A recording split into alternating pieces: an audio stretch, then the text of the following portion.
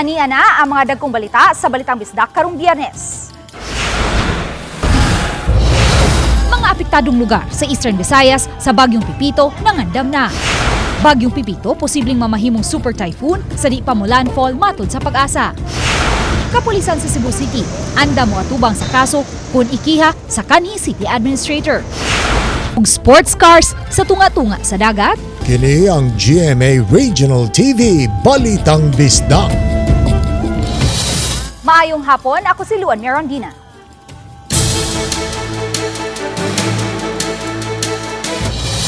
Bagyong Pipito nagkakusog samtang nagpaduol kini sa Eastern Visayas. Matod sa Pag-asa, posible usab nga mahimo pa kining usa ka super typhoon. Ani ang report. Bisan sa severe tropical storm category kagahapon, karong adlaw mas nikusog pa ang Bagyong Pipito ug anaa na kini sa typhoon category nga may gikusgon sa hangin nga 130 kilometers per hour. Naglihok kini pa westward sa gikusgon nga 30 kilometers per hour. Sa pagkakaron, gipaubos na sa tropical cyclone wind signal number 2 ang eastern coast sa northern Samar ug eastern Samar. Samtang signal number 1 ang nahabiling bahin sa Samar provinces.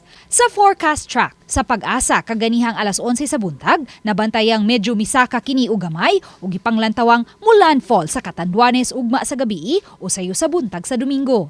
Mas better siya nga news no para sa Visayas area kay ang iyang pinaka center medyo dito na sa mas pabor na sa dagat unlike sa niaging forecast nato nga mas dikit siya sa northern Samar. So ang ato ang pinaka forecast track gyud is approaching siya og Catanduanes iyang first landfall. Apan matod sa Pag-asa, kay nasulod man sa cone of probability ang Eastern Visayas, aduna paghihapoy posibilidad nga mo landfall ang Bagyong Pipito sa northern Samar karong hapon kung ugaling mo southward shift ang bagyo. Hinuon dinhi sa Central Visayas, matod sa Pag-asa, way direktang epekto ang Bagyong Pipito. May masinati hinuong hinay ngadto sa igo-igo nga gikusgon sa uwan karong weekend. Pinakritikal nato sa Central Visayas Saturday man, Sunday to nam siya Bicol gyud. So ato ang Sabado to Domingo the next day is less than 50 mm. So light to moderate rains expected for especially Metro Cebu and Northern Cebu. Menos usab ang kahigayunan nga muluwat o gale warning ang Pag-asa dinhi sa Central Visayas. Apan gitataw sa Pag-asa nga may posibilidad pa usab nga mamahimong usa ka super typhoon ang Bagyong Pipito. Kung nailan mas interaction, kung maigo siya og Northern Samar, di siya ka super typhoon. Pero kung makadto siya Catanduanes nga ang iyang sentro is within the coastal waters lang, motoy naay possibility sa super typhoon gyud. Ang Office of the Civil Defense Region 7 mipahigayo na og pre-disaster risk assessment kagahapon uban ang mga local disaster teams, DSWD-7 ug ubang ahensya sa gobyerno. Nagpreposisyon na usab og mga family packs ilabi na alang sa mga nanagpuyo sa isla sa mianang bahin sa Cebu ug Bohol. Ang mga anticipatory action is that directly hit or not, but we will be preparing for the effects like mapusog ang habagat ba kay wa pa man mo transition sa amihan. Uban ni Marlon Malgazo, Luan Mirandina, Balitang Bisdak. Sa pagpangandam sa epekto sa Bagyong Pipito, mga klase sa Northern ug Eastern Samar suspendido sa tibok adlaw. Samtang mga panimay dapit sa kabaybayunan gipalig-on sa mga nagpuyo niini. Ang detalye sa live report ni Femari Dumabo. Fem?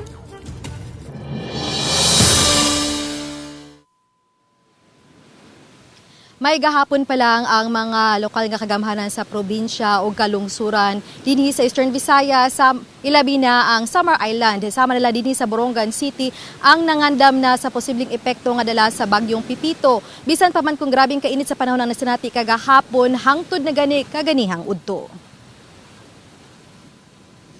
Linaw kaayo ang kadagatan ug gani dinhi sa pantalan sa Tacloban City minus ang gaangkurahe nga mga pangboat kay milawig pa sila sa mga silingang isla. Nagpadayon pa usab sila sa pagpanagat. Samtang nangandam na usab ang mga mulupyo sa coastal barangay sa lungsod sa Basay, Samar kun mopaduol man ang Bagyong Pipito sa Samar Island.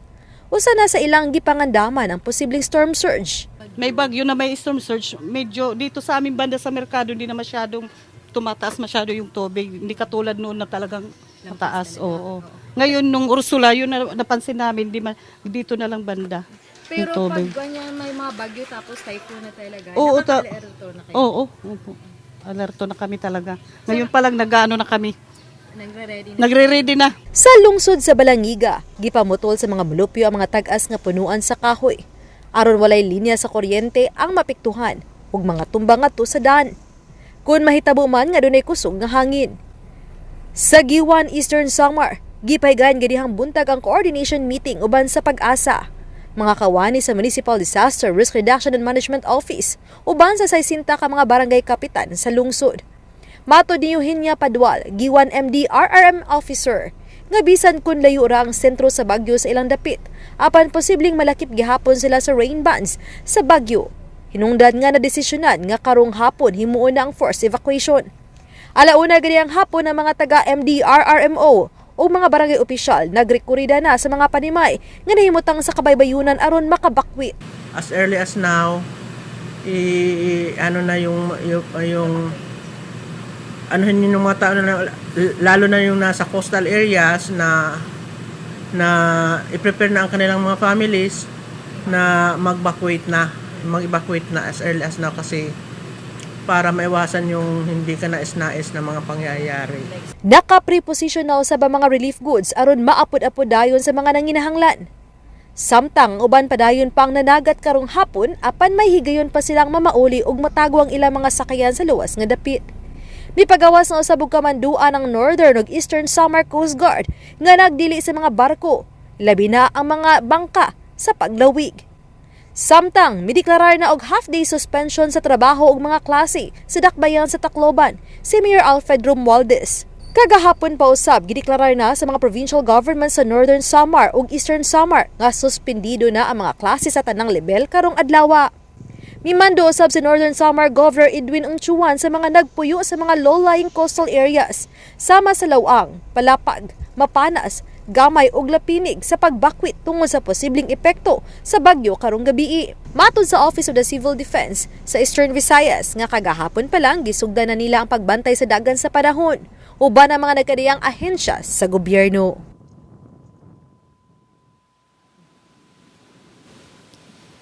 May ganiha pa lang, pag-abot na to din sa mga barangay sa Burungan City, labi na kining coastal nga area, nakasinati gyud ta sa epekto na kato ni Bagyong Pipito, pipila ka epekto ni Bagyong Pipito kay kusog gyud ang unos, pag-ulan o gani ni bawd na, ni kusog-kusog na ang bawd. Kung kaganina atong sa tuang paghulagway, linaw kay pang dagat pero karon isog na ang dagat, dagko na ang mga bawd. Hinungdan pa man nga nakaandam na gyud usab pod ang evacuation site nga maoy unyay pahiklingan alang sa mga posibleng maapektuhan nga mga pamilya. Samtang lakip no sabdi ni ang relief goods kay pud-apod unya alang sa mga apektado. May Tem, just to clarify, karong mga orasa, nakapatuman na ba sila og preemptive evacuation, especially kanang mga nanimuyo sa eastern coast, sa northern ug eastern Samar?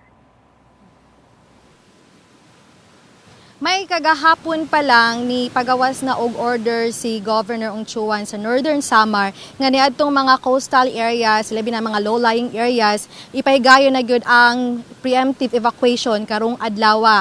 Ilabi na sama sa po sa Eastern Samar mo sa nagibuhat. Bisan man gani ang giwan sa katuatong ganihan ng balita nga bisan wala sila nalakip sa storm signal number 1 kay ang nahalakip raman sa Eastern Samar ana araman sa Hipapad padung na ngadto sa Northern Samar nalakip sa signal number 1 pero matod pa man sa ilang MDRMO nga nangandam na silang daan kay posibleng malakip man gyud sa rain bands o kaning ilan na pong napanlantawan ang posibleng kusog nga unos usab nga dala hinungdan nga mo tong kaganina forced evacuation na to. Matod pa man gani ato ilang MDRMO officer nga kinahanglan alas 4 dili pa mo ngit-ngit ila nagyong mapa-evacuate ang tanang nga naa sa coastal areas. May Daghang salamat Femari Dumabok ug amping budiha. Gikanselar ang biyahe sa pipila ka mga barko sa Pantalan sa Subo. Sa pagsusi kaganiha sa may Pier 3, adunay duha ka shipping companies nga mikanselar sa ilang biyahe. Karong gabi lakip na niini ang biyahe padung sa Hilongos Leyte. Laing shipping company sab ni suspenso sa ilang biyahe karong gabi gihapon alang sa Baybay City.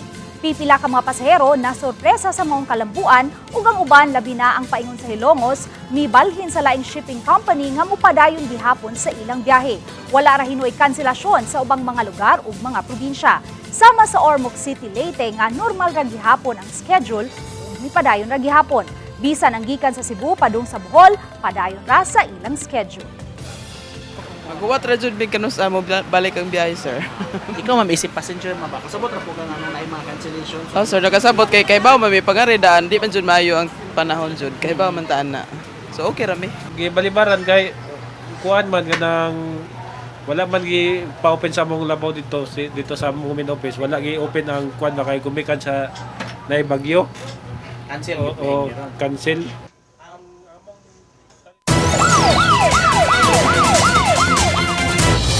Patay ang usa ka motorcycle rider dihang mibangga ug napasok sa poste ang motor nga iyang gimaneho sa gate sa usa ka subdivision sa Barangay Lawaan 1 sa Dakbayan sa Talisay. Nahitabo ang aksidente pasado alas 10 kagahapon sa buntag. Mato ni Joy Tumulak, hepe sa City Toda nga gikan sa Barangay Maghaway, ang 47 anyos nga biktima ug mupaingon unta sa Barangay Dumlog.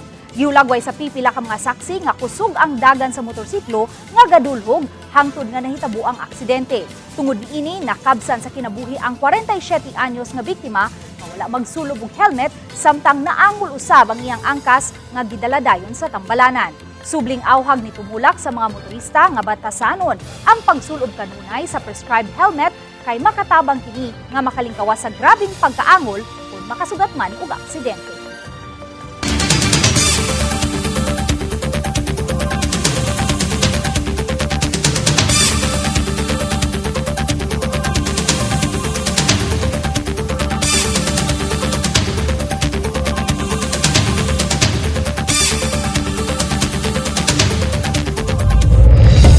Kini ang GMA Regional TV Balitang Bisdak.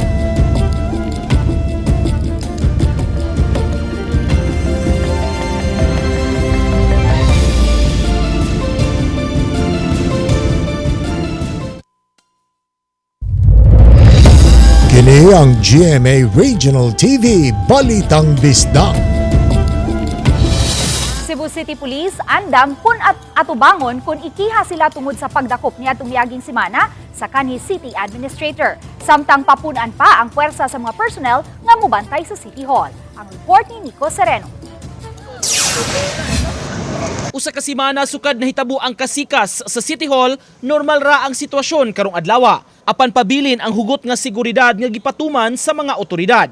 Gawas sa mga gwardya, may mga pulis usab nga nadistino sa dapit para mapabilin nga hapsay ang sitwasyon. Ang bag-ong head sa Civil Security Unit o CSU nag-request og dugang mubantay gikan sa Barangay Peacekeeping Action Team kun BIPAT.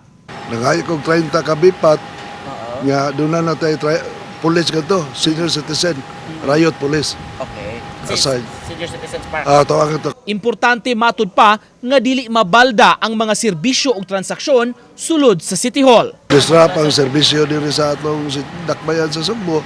Yang ako lang sad, ug naa sila insaktong papel. Nganong di mapasulod? Samtang sa habig sa kapulisan sa syudad, mipadayag sila og kaandam kung isumbalik sila sa pagkiha ni Attorney Colin Rosel. Taliwa kini sa pagdakop sa mga pulis ni atong Biyernes sa kanhi City Administrator tungod sa reklamong usurpation of authority. Gibarugan sa PNP ang pag-aresto, butang nga gikwestiyon sa kampo sa abogado. We are not surprised by his statements and more so if iyang tinudon yung statement because if he believes that na siya katungod nga na violate, so it is well within his rights to protect it. Uban ni Godfrey Relien, Nico Sereno, Balitang Bisdak. Environmental Management Bureau Region 7 mipasabot nga ang nasinating light haze sa Sugbo tungod sa gitawag nga climate-induced air pollution. Apan mitataw nga anaa pa sa luwas nga lebel ang kalidad sa hangin sa Sugbo. Ani ang report. Gikonpermar sa Regional Director sa Environmental Management Bureau Region 7 nga may pagsaka gayud sa gidaghanon sa suspended air pollutants base sa gihimo nilang air quality check sa Metro Cebu ning buwan sa Nobyembre. Base sa data nga nahipo sa EMP7 gikan sa 32 micrograms per cubic meter niadtong Nobyembre 12, misaka kini ngadto sa 65 micrograms per cubic meter kagahapon Nobyembre 14. Apan ang maong sukod matud sa EMP7 Director, nasulod paghihapon gihapon sa fair air quality ang hangin sa Subo. Makonsiderar nga good air quality kung ang sukod niini anaa sa 0 ngadto sa 50 micrograms per cubic meter. Fair air quality kung anaa sa 50 ngadto sa 100 micrograms per cubic meter. Ug delikado na kung mulapas na kini sa 150 micrograms per cubic meter. Parang dinoble, no? From 32 micrograms sa 12, and then on the 14th, naging 65. Yan. Yun yung percentage ng increase. But this is still in the fair or for the general public. Wala pang, hindi pa, it's not very cautionary ba sa atin? Wala pa tayong cautionary measure. Hinon, alang ni adtong adunay mga respiratory problems, mga bata ug mga senior citizens, gitambagan nga magsulub og face mask, matag higayon nga mogawa sa panimay. Gitataw usab sa EMB7 nga dili ang pag-alboroto sa Mount Canlaon ang hinungdan sa nasinating light haze, kundi ang nasinating cold front o temperature inversion. Temperature inversion is there was a sudden increase or sudden decrease of the temperature that makes some pollutants emitted kasi naturally may emitted naman tayo na pollutants, di ba? That makes it suspended na mag-aabot yung temperature inversion is mag-aabot si hot at saka si cold na nagiging stagnant po yun yung nakikita natin na level. Samtang gipahibaw sa Visayas Pag-asa Regional Services Division nga karong adlaw miarang-arang na ang visibility sa Subo. Gikan sa 7 kilometers kagahapon, karon anaa na kini sa 9 kilometers nga mas duol sa normal level nga 10 kilometers. Karon is improving na and hopefully for the next following days mas ma-improve na gyud ta karon. Uban ni Marlon Melgazo, Luan Merondina, Balitang Bisdak. Pag-uwan-uwan na sinati sa pipila ka mga lugar sa Bohol ug Samar. Anang report ni Mark Reggie Abella. Pipila ka lugar sa Tagbilaran City nakasinati og pagbaha diha mibunok ang uwan. Nasinati ang uwan karon lang yung hapon. Tungod niini nakasinati og pagbaha ang Lamdagan Street nga daw nahisama og sapa ang karsada. Wala matod pa makaya sa drainage sa lugar ang gidaghanon sa uwan. May pipila ka motorista nga misuway sa paglabang apan napatyan og makina. Apil usab sa gibahaan ang parte sa Cloma Avenue. Sa Catbalogan City sa probinsya sa Samar, naobserbahan ang hinay-hinay nga naumol ang dagom. Gani inanay ng mikusog ang mga bawod. Tungod sa daotang panahon, ubay-ubay usab ang namalit sa Calbayog City Fishport karong udto. Samtang miapas usab sa mga biyahe sa pier, ang mga uliay sa mga isla, human gikanselar ang klase o trabaho karong adlaw. Ug karong alas 2 sa hapon, nasinati ang pag-uwan-uwan sa maong lugar. Kauban si Clans Gabutin, Mark Reggie Abella. Balitang Bisdak.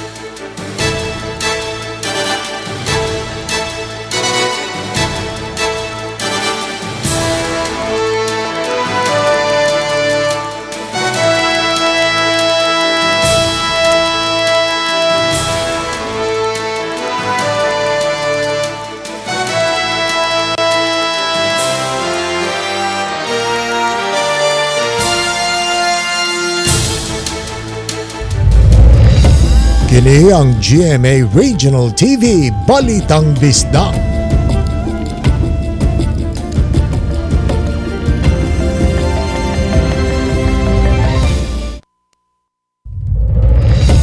Kini ang GMA Regional TV Balitang Bisdak. Aron matutukan ang kahimtang sa mga minor de edad nga gigamit sa illegal nga kalihukan, nagkalain-laing mga programa ang gilusad sa kagamhanan sa Dakbayan sa Talisay aron sila magiyahan. Ang detalye sa report ni Femari Dumabot. Gilusad nitong Oktubre ang Project First Salute nga nagtinguha sa pagtabang sa mga minor de edad nga kanunayng ma-rescue tungod sa paglapas sa curfew ug sa pagkalambigit sa illegal nga kalihukan. Usa sa ilang gisusi kun gikan ba kini sa nawatak-watak nga pamilya ug tungod niini wala nay mga gidikanan nga makagiya ug mipatungha kanila. May mga ahensya na sa kagamhanan nga mipadayag sa kaandam sa ilang pagtabang, human gilusa sa Talisay City Police ug Talisay CSWD ug uban pang stakeholders ang maong programa. Sa miaging simana, 19 ka mga minor de edad ang na-rescue sa Talisay City Police, human madawat ang taho nga gigamit sila isip mga drug courier. Mopa si Ugda usab ang Talisay City Advisory Council og fun run for the first salute sunod buwan, aron mulungtad pa og dugay ang ilang programa. Yung proceeds po ng activity na yon ay mapupunta po yan, unang-una, in-identify kung may mga mag-undergo at makagraduate po doon sa Project for Salute po ng ating PNP saka ng LGU, ay ipupunta po natin sa scholarship. Makakabil tayo ng scholarship program para sa mga bata na deserving. Gilagway kini sa Talisay City Police nga usa kini kadagan nga magdala og paglaom sa kabataang Talisaynon. Uban ni Philip Patricio ug Rod Prado, Femery Dumabok. Balitang Bisdak. Pagpalambo sa passenger experience o pag-commute sa mga pasahero sa mga modern jeepney sa Mandaue, itinguha pinaagi sa mga kalambuan nga i-introduce sa Dakbayan. Unod kini sa gipermahang kasabutan sa syudad sa usa ka transport company. Anang report ni Nico Sereno. Gipangunayan ni Mayor Glenn Bersede ang pagpirma og kasabutan tali sa usa ka transport company. Ubos niini ang panaghiusa sa mga paningkamot aron mahatagan og kasayon ang mga sumasakay sa mga modern jeepney sa Dakbayan. Katuyuan niini ang pag-umol sa kompanya og Commuter Transport Map o CTM. Sayo na unya nga ma-access kini sa mga pasahero gikan sa ilang mga gadgets, ma-monitor ang lokasyon sa pag-abot sa mga modern jeepneys nga ilang sakyan. Makita nimo asa ang mga bus, kani this real-time feed. So pwede nimo makita kung let's say, di ba, sagaran dito sa ato, mga lugar na yung mga sok-sok, yung lakaw pa ka sa main road. At least pwede na nimo i-timing. Kung usa mabot si bus. Yes, kan sa mabot si bus. Ato mga commuting, public, ato ba nga, sa iyo na lang pag asang destination nila, sa iyo na lang tungod aning transport solution na to. Sa pagkakaroon, konektado na ang system sa maong kompanya sa usa ka modern jeepney operator nga nagserbisyo sa Mandaue. Isunod pa ang sa uban nga providers.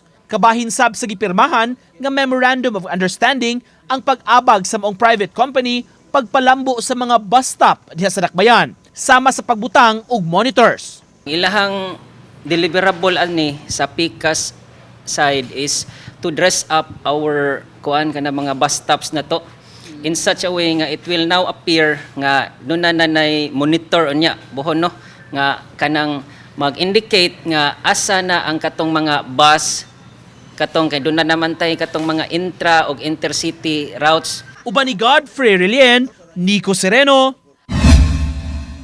Balitang Bisdak. Gipahugtan pa sa Mandaue City ang monitoring sa mga kalihukan sa mga business establishments ning nagsingabot nga kapaskuhan. Matod sa taga-Business Permit and Licensing Office kon BPLO, hingos ganila ang monitoring nga himuon sa mga dagkong establishmento sama sa mga tindahan, labi na nga gilaumang dagsaon kini sa mga customers. Kundo naman sila'y pakulo o mga aktibidad nga ilusad. Sa mga kalihukang magkinahanglan og permit, awhag sa BPLO, tumanong lansab kini. Gusto sa masayo daan ang syudad sa mga iorganisar sa mga dagkong establishmento. Alang usab kini nga mapanganab man daan sa Dakbayan pananglit sa aspeto sa trapiko. Kanabang dagsaunon sa mga tao nga lugay na usumangod na mga night bar, mga night market, so kanang wala tay issues as long as they get the permits. So kanang wala po, as long as they can regulate ang ilahang own nga mga kaning sa tawag ni events. Sports car sa dagat, posible baka kini?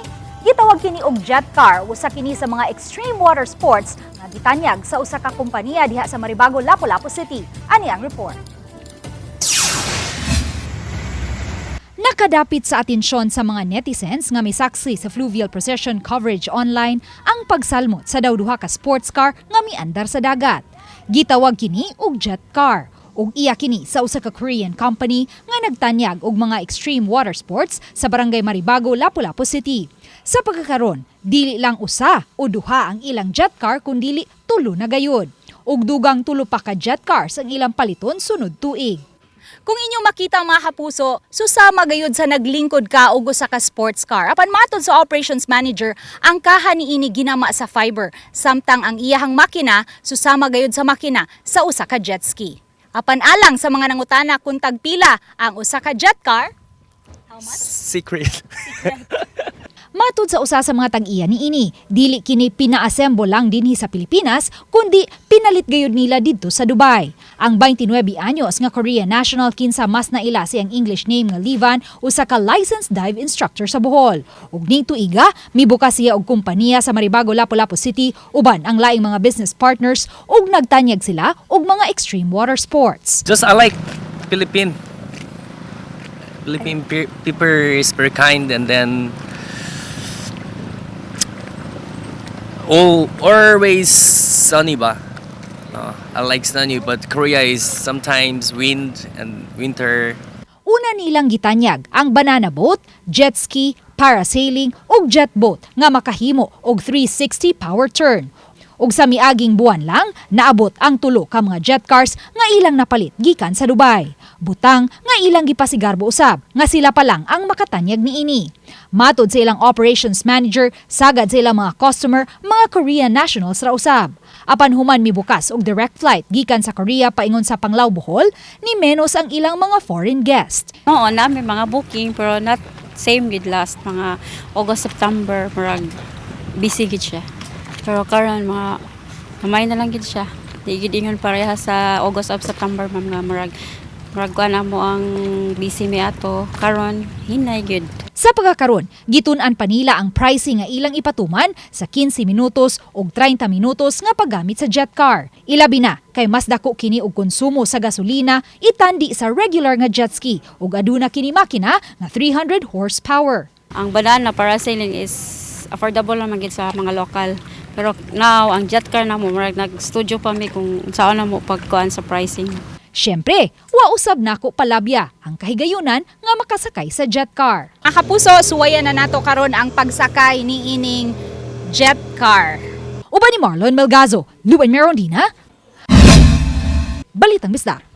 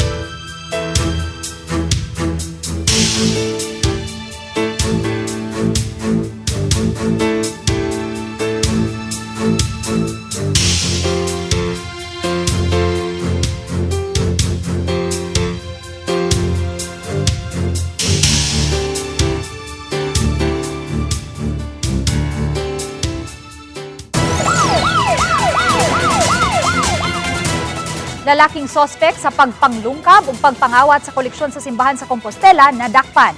Nasakpan kini sa sulod nga giingong mikuha sa collection box.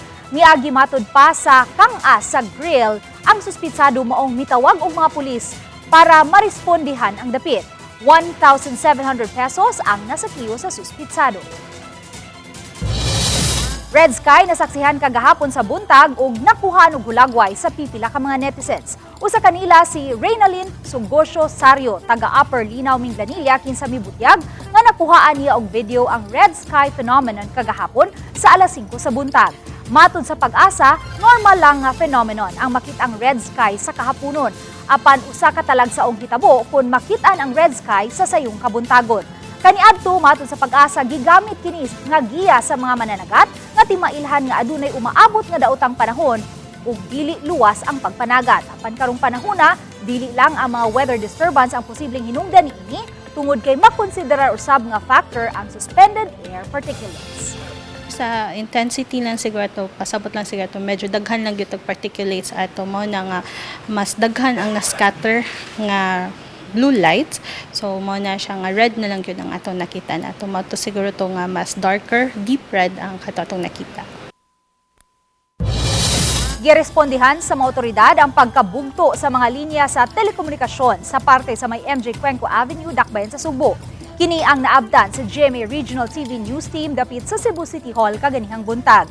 Kundiin nagtinabangay ang mga nakadeploy nga mga pulis o mga traffic enforcers aron mabantayan ang lugar. Gipanghipos o gipamutol dayon ang nagyungyong og nangaputol nga mga kable sa kalsada. Gidali kini aron dili makadisgrasya sa mga nangaging mga sakinan, ilabi na sa mga motorsiklo. Usa ka truck nga miagi ang giingong nakasabot niini.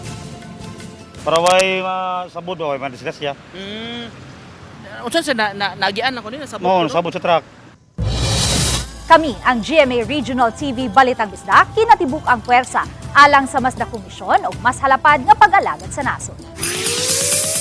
40 ka adlaw na lang, Pasko na. Maayong hapon ug mag-amping ta mga kapuso. Happy weekend!